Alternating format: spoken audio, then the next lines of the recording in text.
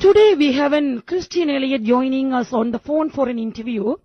As all of you know, the Ontario PC party is going through a leadership race, and the leadership election dates are May 3rd and May 7th this year. So we are delighted to have one of the candidates contesting for the leadership post joining us for an interview. Let us welcome Christine. Thank you very much. It's a pleasure to join you. Thank you for joining us today. How are you today? Very well, thank you. And you? I am fine, Christine. So how has the campaign been so far? And how is the feedback you've been hearing from the party members? The campaign is going extremely well. We've been going through this for quite a long time. It's into the 10th month, but there's only a few weeks to go.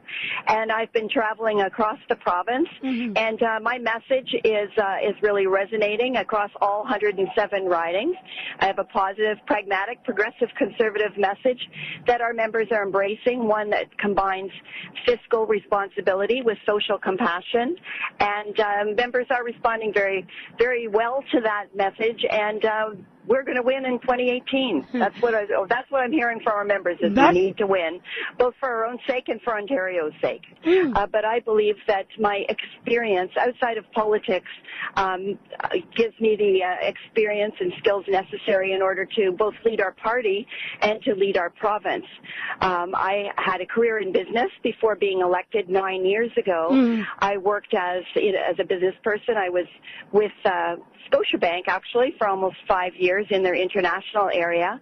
So I understand financial statements in the global business picture. But I also practiced law for about 25 years. And I think that's really important to have that skill set, because Ontario is in a very bad economic situation right now. And I think it's important to bring that business discipline to the leadership of the party as well as to the province. So one of the challenges the PC party encountered during the last election was the riding in 416. So how do you intend to convince those voters in 416 that is this different party than the last time? Well, I would say last time our party didn't connect with Ontarians. They rejected the politics of division, and we didn't really provide them the alternative that they were looking for. And I think it wasn't so much that people voted for the Liberals.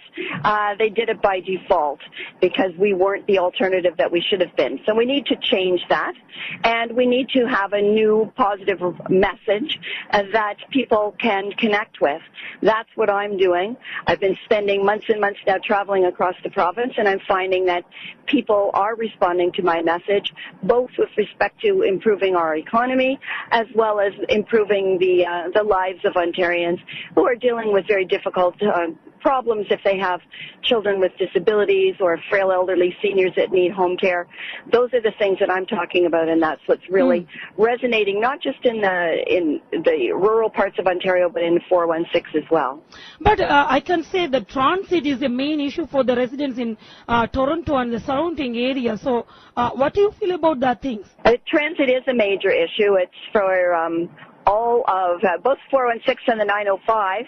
I am part of the GTA. My riding of Whitby-Oshawa is part of the gridlock that we're experiencing due to a lack of both road and transit options. So I think we need to expand both of them. I think we need to talk about how we're going to get the city moving again. And certainly one of the major issues that we heard about in the last election was the subway issue in Scarborough. And I firmly believe that the residents of Scarborough deserve to have the same transit options as other parts of Toronto. And so I am a big proponent of the Scarborough subway as well as other transit alternatives. Christine, the Tamil community, many of whom reside in GTA, are very much engaged in the political process over the years. As you know, the community is appropriate of the Harper government's principal stance on human rights recorded in Sri Lanka. What is your message to the Tamil community on this? Well, I'm also very proud of what the Harper government has done and the principled stand that they have taken on the human rights issues. And I am very, very pleased, of course, to have the support of former Minister Baird and current ministers Chris Alexander and Rob Nicholson, who I know are very much involved in very serious issues of concern to the Tamil community. They have provided me with some briefing on that. I am fully cognizant of what the issues are, and I support the actions, of course, that they've taken on issues of importance to the Tamil community. And even though a lot of those issues do relate to federal issues, I very much look forward to working with the federal government on any issues that I can be involved with to support the Tamil community.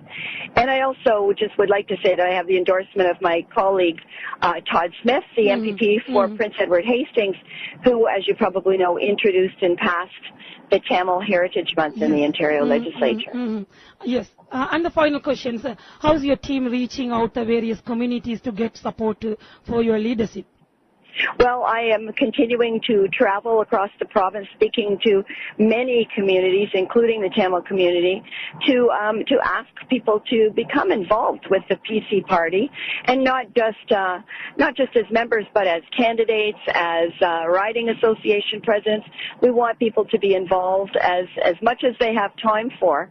But of course, I think one of the issues is that, and things that have happened in the past, is it's not enough to just show up at photo opportunities and events. It's more important, I think, to sit down with people in the Tamil group and other community groups to understand what the issues are and to work together and build that relationship over a period of time. That's something that I take very seriously and one that I look forward to continuing. Christine, you are our one beloved Finance Minister Jim Flaherty's wife. As we know, we love them. I think we can wrap up this interview, so thank you for your time today. Good luck with your campaign. Thank you very much. I really appreciate the opportunity to speak with you and your listeners. I'm sure we will be in touch with you in the campaign weeks for the follow-up interview. Thanks again. Thank you. Have a wonderful day. You too. Bye-bye. Thank you. Bye.